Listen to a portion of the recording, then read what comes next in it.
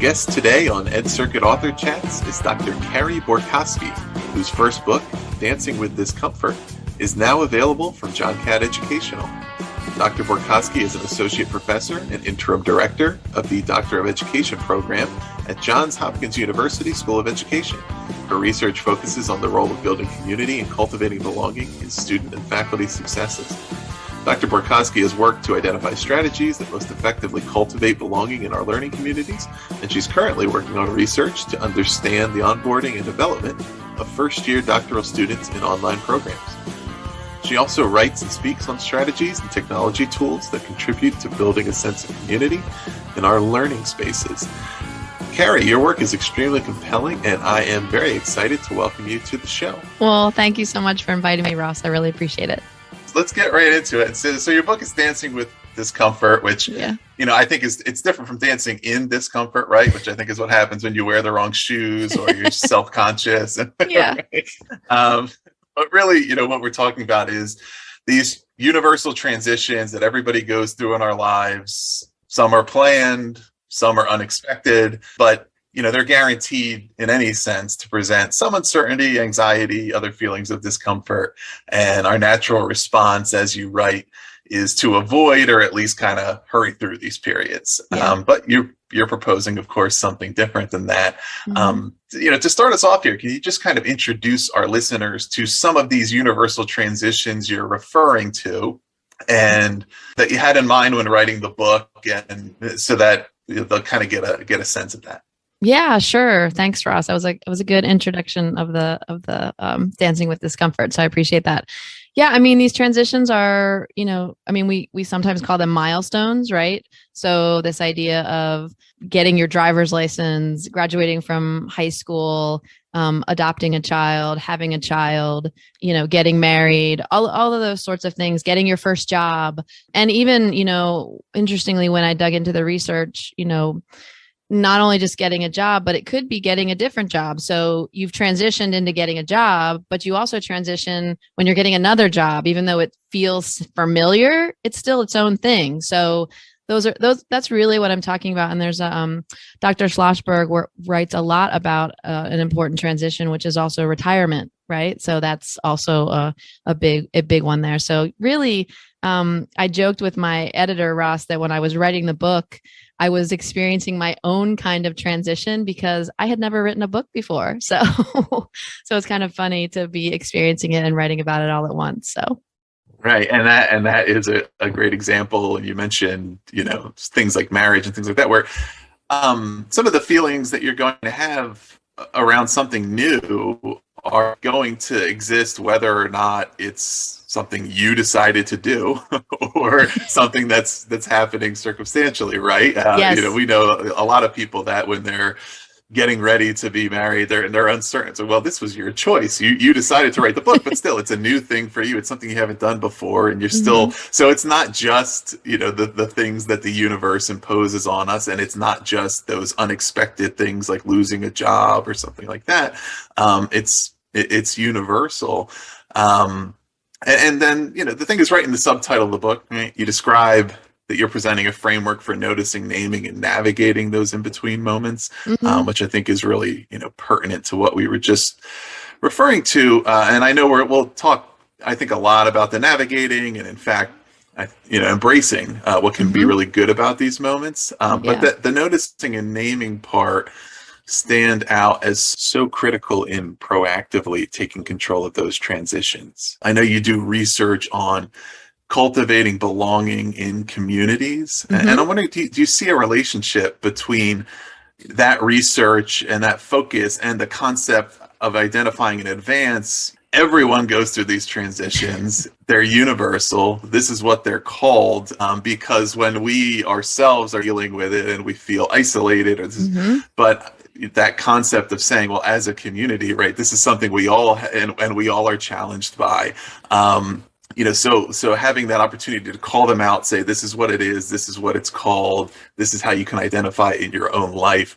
How do you see the connections between those things? Yeah, that's such a great question. I think part of this book sort of felt like it just bubbled out of me for the reason you mentioned, which is I've been teaching for a while. I've had the privilege of teaching diverse students, and I don't just mean, race, gender, ethnicity. I mean geographically, culturally, age, professional context. And really, Ross, what I noticed is we all show up in these spaces, and particularly academia. So that's a transition, right? You go from being a professional person and become a part-time or full-time student. That in itself is a transition.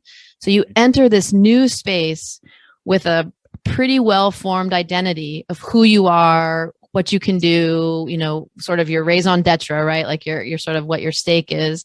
And now you're in this new space and you're wondering to yourself, am I the only one that feels terrified or nervous, or did they get, I can't tell you, Ross, how many students have said to me, I really worried that Johns Hopkins got it wrong when they admitted me, right? Like questioning. And so when I meet with new students in that first or second, synchronous session, we talk about that really explicitly. And I call attention to and ask them, even in vulnerable moments, to name it, to notice how they're feeling, that nervousness, that worry, and the excitement, and to name what it is that they're shifting from being these very experienced, very good professionals into a new space where they feel like they're starting all over again in some ways.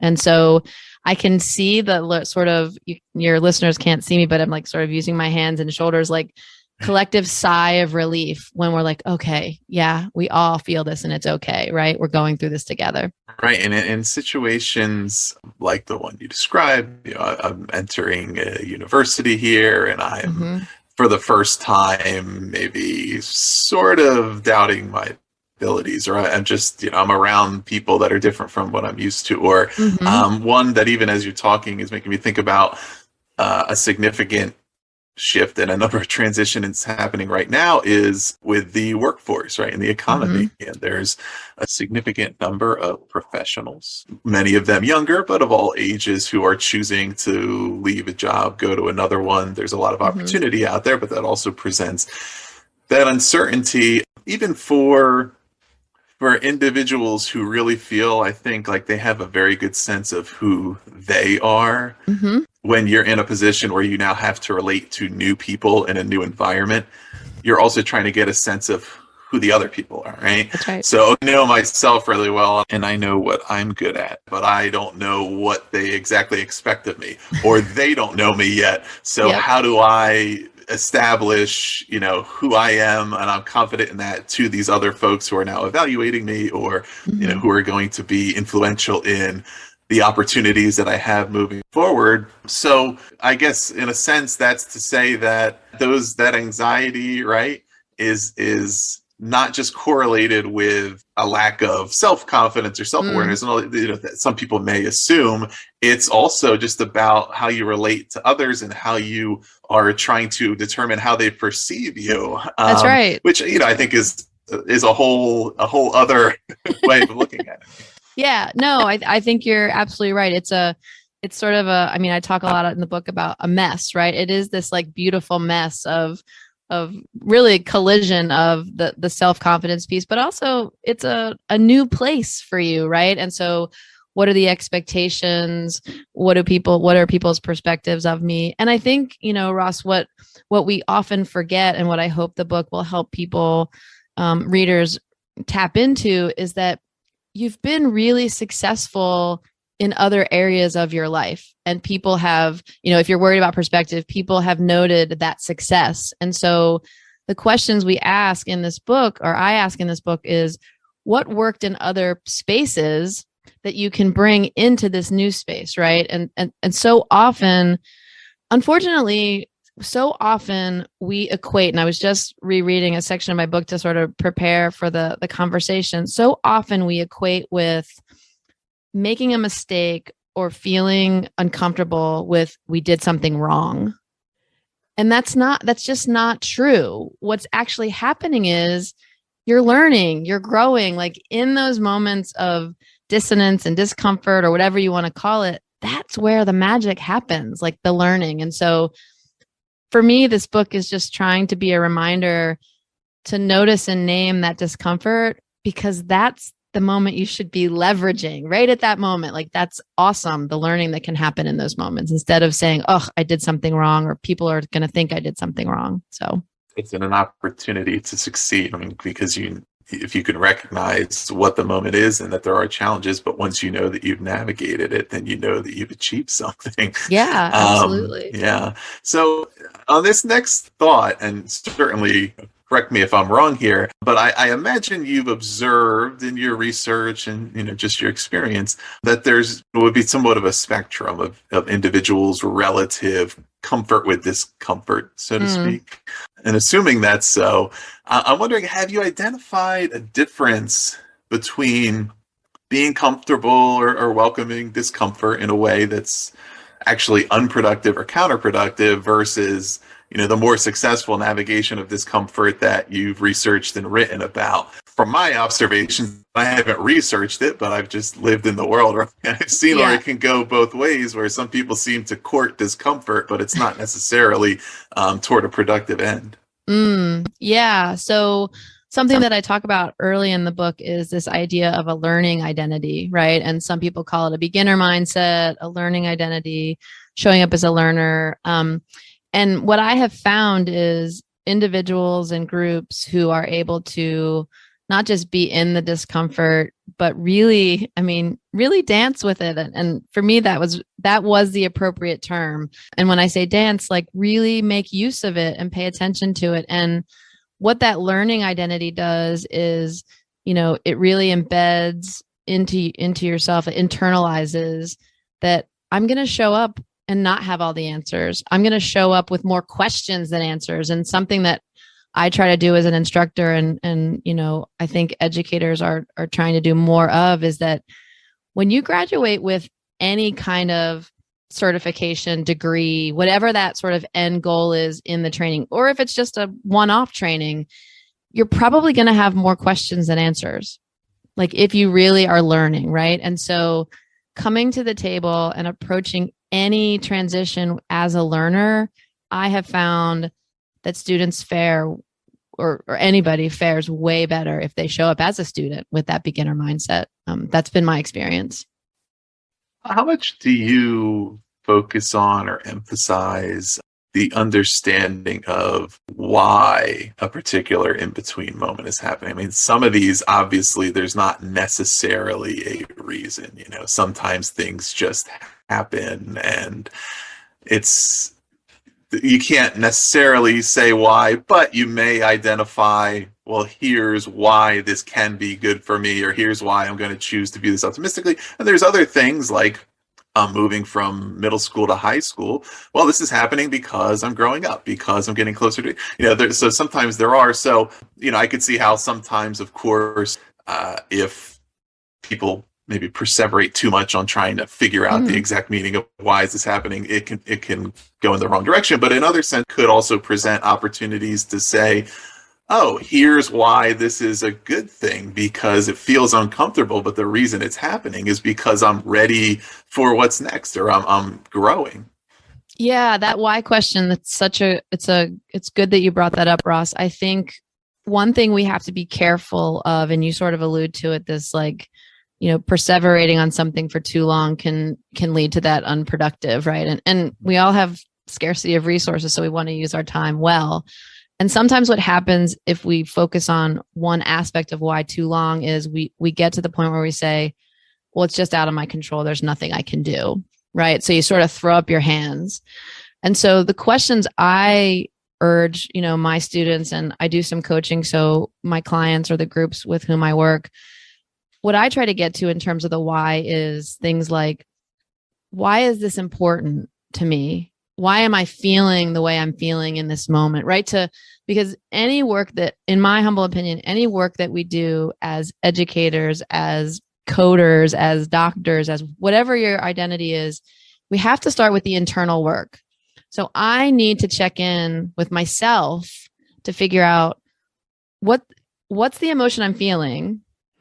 Why do I think I'm feeling this way? Like, what's going on in this moment that's making me feel this way? And what do I want to do about it? Like, what's important? And if I figure out what I want to do and don't do that, well, what's keeping me from doing that? Right. So the questions for me are always back to myself. So to do the internal work, and then, because look, as well as I do, Ross, I can only control me and what's in my sphere. So I really focus on that piece. Yeah, and so you mentioned the reflection piece, and I know that's both part of the framework as far as how someone would go about navigating transitions, but it's also part of how you developed it.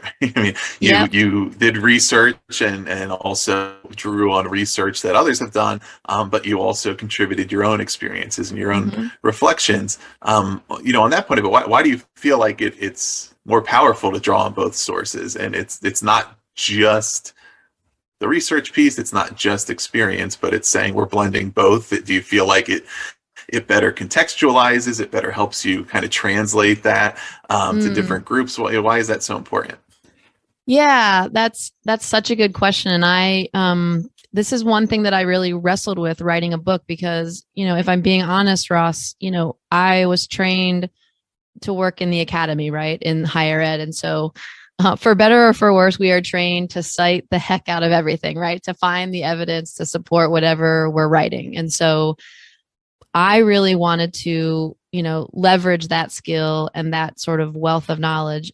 And at the same time, I've come to recognize as a consumer of research and things that the personal stories are really what, resonate, right? Like hearing the personal story. So I think a combination so the first thing I'll say, I think a combination together really can create a powerful sort of story of this whole situation that I'm trying to describe. The second thing I will say is, look, quite frankly, my experience and my reflections are not everybody's experience. Like, they aren't, they're mine. And I know, I show up with the identities that I hold, and I'm very aware that there are lots of different identities. There's lots of intersectionality out there that's going to mean people take in information in very, very different ways. And so sometimes the research can help to sort of shine a light on aspects that I don't bring, whether it's in a professional context or a personal setting.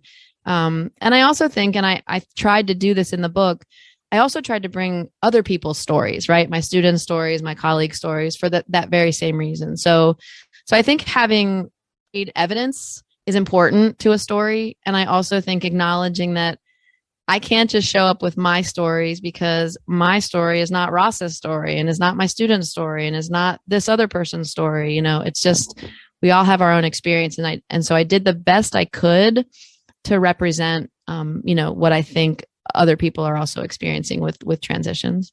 As far as the reflection and the internal work, as you referred to it, that is so critical to the process of navigating transitions and in between moments. Which do you think is either the more significant or more common impediment to success? Is it the external factors like openness to experience, right, adaptability, willingness to kind of change, or the internal lack of reflection, lack of maybe willingness to honestly evaluate, what is my role in this? Because they're clearly both part of it, and are also, I don't know what the Venn diagram looks like with people who are comfortable with both, right? But that's certain, some people are very open to external things, but aren't necessarily spending a lot of time reflecting, and some people vice versa. But, I'm wondering if in your experience or your research or otherwise, you've noticed where one or the other is at least the more significant hurdle to, okay, or do we have everybody kind of feeling comfortable with this? Yeah. So it's such an interesting question. And I think my response would be that I don't necessarily, in my experience and in the research I've done, I don't see those two things as binary. I see it still coming down to, if I were speaking to you about this, like you personally, I would still have questions about your internal work, right? So if we presume, and this is a big assumption, that's why I'm saying this first. If we assume that the person is willing and able to reflect, like that's the first thing, then my questions become, well, what's going on that's bothering you externally? What are those, either, we talk about voices in our head, the picture we're painting. Brene Brown often says, what's the story we're telling ourselves about that external? So even when an external thing is happening, there's still something going on internally that's blocking or filtering whatever that is. So I think for me, it's a couple of things. The first thing is we have to work together and individually on our, in education, we call it our metacognitive skills, right? Like really our ability to reflect and ask ourselves these questions. So that's the first thing. And I'll be honest with you, Ross, teaching reflection and encouraging and cultivating reflection is not always easy, because even that word reflection, I can't tell you how many times I get eye rolls, right? Like, oh, your Carey is going to make me journal in another notebook, right? Like that's what it's just got that sort of bad connotation tied to it. So really retraining and unlearning and relearning what reflection is the tool. And then everything else, I still humbly believe that it's internal work. It's, you do it, you do the internal work. And that doesn't mean you do it alone. Let me be clear. Like internal work, yes, you do some alone, but Miss Aiko Bethia, who's this wonderful thought leader on diversity, equity, inclusion, reminds us that you cannot do this work alone, that even reflection can happen together and through connections with other people. Just to our earlier conversation, which is we only bring one perspective, right? We have other perspectives. So I would make it more of a question of your reflection skills first, and then sort of your ability to interrogate your reaction to the external, not necessarily the external itself, but your reaction, right? Yeah. And we've also, I think talked about that beyond simply navigating and surviving these situations. Right? Yeah. I mean, there are steps that are actually embracing them. And a lot of that, and even a lot of what you described as far as reflection and all the various things you might reflect on, both internal, external, and kind of evaluating, is a lot of what would make up the definition of what you would consider to be a well-adjusted person. Right? You're able to kind of take in these inputs, think about them, consider them, understand what role do I have in here? What's my autonomy? What are things I can't control? How do I manage the best? And it's a difficult thing. That's why most people, it's a lifelong pursuit, right? It is. But it's a good goal, because it's, if you can figure out that balance, you say, okay, how can I contribute to being successful or making this? And how do I not dwell on the things that I can't do anything about? Mm-hmm. One of the things that you talk about embracing is dissonance, which I think probably even for the people who are most comfortable with accepting dissonance, I don't know if embracing it is always the most common thing. And so I really did want to touch on why this is part of the framework, and why you're really talking about embracing it, and what's the importance of that concept? Yeah. I appreciate that question, Ross. Look, I think it goes back to my sort of valuing of what that moment of dissonance means, which to me, it really is a wealth of possibility and learning in it. And so I think I don't love the word tolerate or being able to manage dissonance, because that still feels very on the surface to me. Like you're sort of just, I can imagine someone like closing their eyes, holding their breath, and waiting for that discomfort or dissonance to pass, right? And so what I'm suggesting to, your listeners and the readers of my book is that you have to sit in it. Like I was just talking to a colleague the other day. I had something going on at work last week, and I'm not going to lie, it was rough. And sort of the old Carey would have like run as fast as she could through it, right? Like get me out of this. And what I recognized in myself is that I needed to sit in it for a moment and take in what it is. And for me, embracing it, look, when I say embrace, I'm not saying be happy about this dissonance, because the reality, Ross, is some of this dissonance is pretty hard stuff. And I write about some of this really hard stuff in the book. So I'm not bringing levity to serious moments. Mm-hmm. What I'm suggesting in embracing is owning that moment and being in that moment, whether it is an hour or 10 days or a year, and bringing in that reflection and being curious. And so what I did with myself in that moment of dissonance is, what am I feeling and what is making me so upset? Whatever the emotion was, like, what is got me so angry, or why can't I let this thing go? And so to me, the embracing is being in that moment, just as you would with any, like, I'm a researcher. So when I read an article, I look at it, I analyze it, I put it in component parts. Why can't we do the same thing with those moments of dissonance? Like, why can't we bring our critical eye to our own moments of dissonance? And I guess I'm just saying, related to being a learner, for me, one of my core values is curiosity. And I just said to someone yesterday, if everybody in the world could show up with just a little bit more curiosity, oh, the difference we could make in our conversations and the way we show up. So that's kind of more what I'm thinking, is like the embracing is just staying curious and asking lots of questions. You have, and this would certainly look different depending on the types of transitions and moments that we're referring to, but do you have ways of defining or communicating when one of these transitions is complete, when it ends, providing closure? And it's different, right? Because there are things that are around grief, right? Which maybe we may never end. It's a lifelong process. If you lose a family member or something like that, there's other things like a transition to a new job, or which may be more closed-ended. But is that something that you feel is important or not important to emphasize or to try to define? Or how does that kind of factor into the way in which you introduce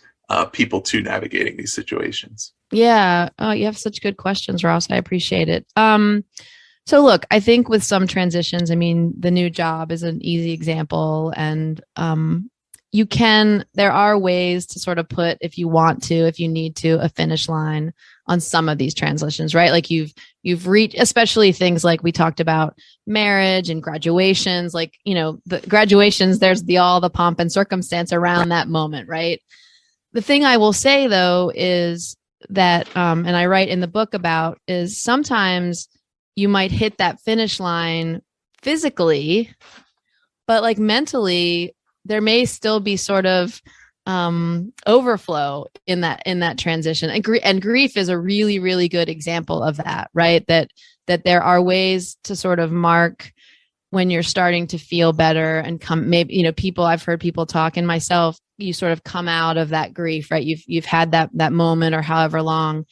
And yet 3 years later, 5 years later, you could be struck in a moment with a feeling of grief, right? So some of that doesn't leave you. And what I'm more interested in is a couple of things. Is one, won't be a surprise to you, is just staying aware and noticing, right? Like as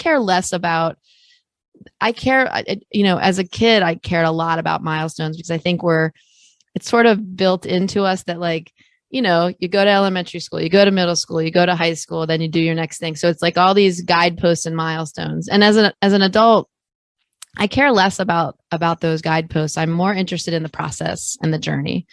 So I really just love that it's an ongoing process. And that really becomes part of my mantra, is that I'm on a journey. I continue. We're all on our own journey. The other thing I think is really important and more important to me than the outcomes, and I say this to my students all the time, is we celebrate a lot. Gratitude is, we have to have gratitude for the smallest of things, right? And so I don't want to wait. So I teach a lot of doctoral students, and, getting a doctoral degree, like really any degree, it's a long journey. And if you're going to wait, if you're putting in all this work and you're only going to celebrate when you get that degree, that's going to be hard and uncomfortable. And gosh, you're missing a lot of awesome accomplishments along the way. And so any moment I can catch my students in a moment, and like, this is a perfect time of year as an example. My first year doctoral students are finishing their first semester of doctoral education. And I'm getting ready to post an announcement to say, we need to celebrate this. This is huge. Like, you just finished your first semester. And so rather than focusing on a sort of solid finish line, I look for ways to celebrate the pieces, the steps, those in betweens, right? Before you get to the finish line. That really is a great approach, and it's particularly important in cases where something is indefinable or hard to define. The pandemic.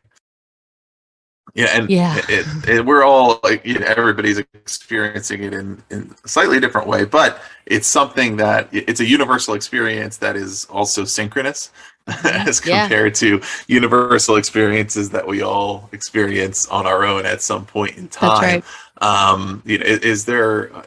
Are there differences in those type of situations that you've identified where either it makes it easier for somebody to understand the circumstance because of the synchronicity, the synchronousness of the universality, or are there things that are more challenging? Yeah, I mean, I think something like the pandemic, at least in my experience and with my sort of community, I think the real universality in the moment, as you said, the synchronicity of it has made it more manageable, right? And when I say that, I mean, and I'm really choosing my words carefully, because the pandemic has wreaked havoc in so many ways and so many individuals and communities. And so I really want to be careful and honor that, discomfort.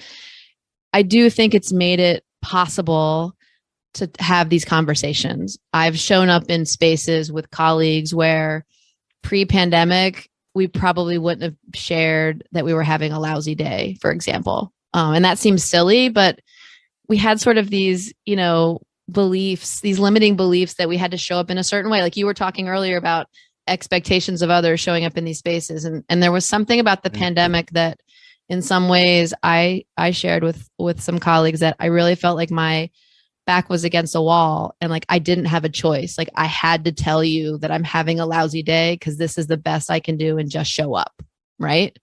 And so I think from that standpoint, it's been useful in the sense of universality. I think where it gets tricky, and I write about this in the book about a particular moment in my own life around grief. I think what gets tricky is being really clear that, I talked a lot about gratitude. I think you can find, I don't like the idea of silver lining in something, but I do think that you can find celebration and gratitude even in the most difficult of circumstances. And I don't mean, I know that people are talking a lot about and writing about this idea of toxic positivity right now. And I don't mean to say that we should pretend to be grateful. That is not at all what this is. What I'm saying is, and the example I use in the book is, what I noticed in my most difficult moment of grief is the tremendous connection and love that was around me. And I can be grateful for that, even in my worst moment of grief. And so I think we just have to be really mindful of what we mean when we say, well, there's a silver lining to this. I don't like that because that feels to me like it's trivializing it. If you're going to talk about gratitude in a moment like a pandemic, in the moments of racial injustice that we have seen in our country, I think we just have to be really clear about what it is we're talking about in those moments together. Right. Yeah. I guess one of the keywords in being able to define where we can find positivity is authenticity. It's if you can authentically wrap your head around and engage with what the circumstances are, what's happening, or what the negatives and challenges are, then you can honest evaluation of what were the things that might have been good. This situation was very difficult because of X, Y, and Z. So now I can identify some of the things that I did that were, demonstrated growth, or I can acknowledge and appreciate what somebody else did to support me, or to share their voice, or to get involved in a situation that we shouldn't take for granted. But in order to really do that, you have to actually take the time to consider the situation and the circumstances. Otherwise, it's like if you go up to somebody and you just tell them they're doing a great job and you don't really know what they're doing. It's like, it just kind of rings hollow, right? Yeah, that won't work. Yeah. And I just, with a student of mine, actually, we just finished up a 10-part series on my podcast on what we called Paradox Playlist. And we interviewed a bunch of wonderful, amazing female leaders. And the idea was what you're talking about is this ability to hold multiple narratives, right? That there can be two seemingly conflicting things can also be true, right? You have to be able to hold those. So this really does have to do with your ability to really hold multiple narratives that feel like they shouldn't both exist, but they actually do. As we're kind of getting closer to wrapping up here, one of the things, obviously, this book is written for all types of organizations. It's not just for schools. It's not just for a classroom or for other businesses. But of course, we're focused on the education community here. But it really stands out to me some of the opportunities and potential for utilizing a framework like this with staff and faculty and the educators and adults within the organization, particularly if we reflect on something like we're still experiencing with the pandemic. How organizations committing to some of these skills can be incalculable difference in succeeding through circumstances like that. I'm wondering on the flip side, if there are certain risks that really stand out for an organization that fails to implement a framework like this, and not expecting that everybody's done it, but looking forward and saying, okay, if you don't commit to at least cultivating some of these skills, right, and engaging everyone around the table with this, what are you risking? And also, as part of that, tracking back to our discussion, right, about the spectrum of individuals and how they come to this, and some who are maybe more, comfortable as a starting point, and others for whom it really does cause a lot more anxiety. How do you recommend that an organization kind of implement the framework in a way that it contributes, I think, in a sense, to a whole that's greater than the sum of its parts, that's saying, okay, no matter where everybody's coming from, we're all going to organize around these principles, and we're going to lift up the entire organization. I guess as contrasted to, I'm sure there are things that if done incorrectly, may contribute to more divergence, the different comfort levels or mentalities that individuals have. Okay, now we're all receiving this training, but those who are already kind of feeling pretty good about it are now they're really accelerated, and the others are maybe feeling even a little more uncertain.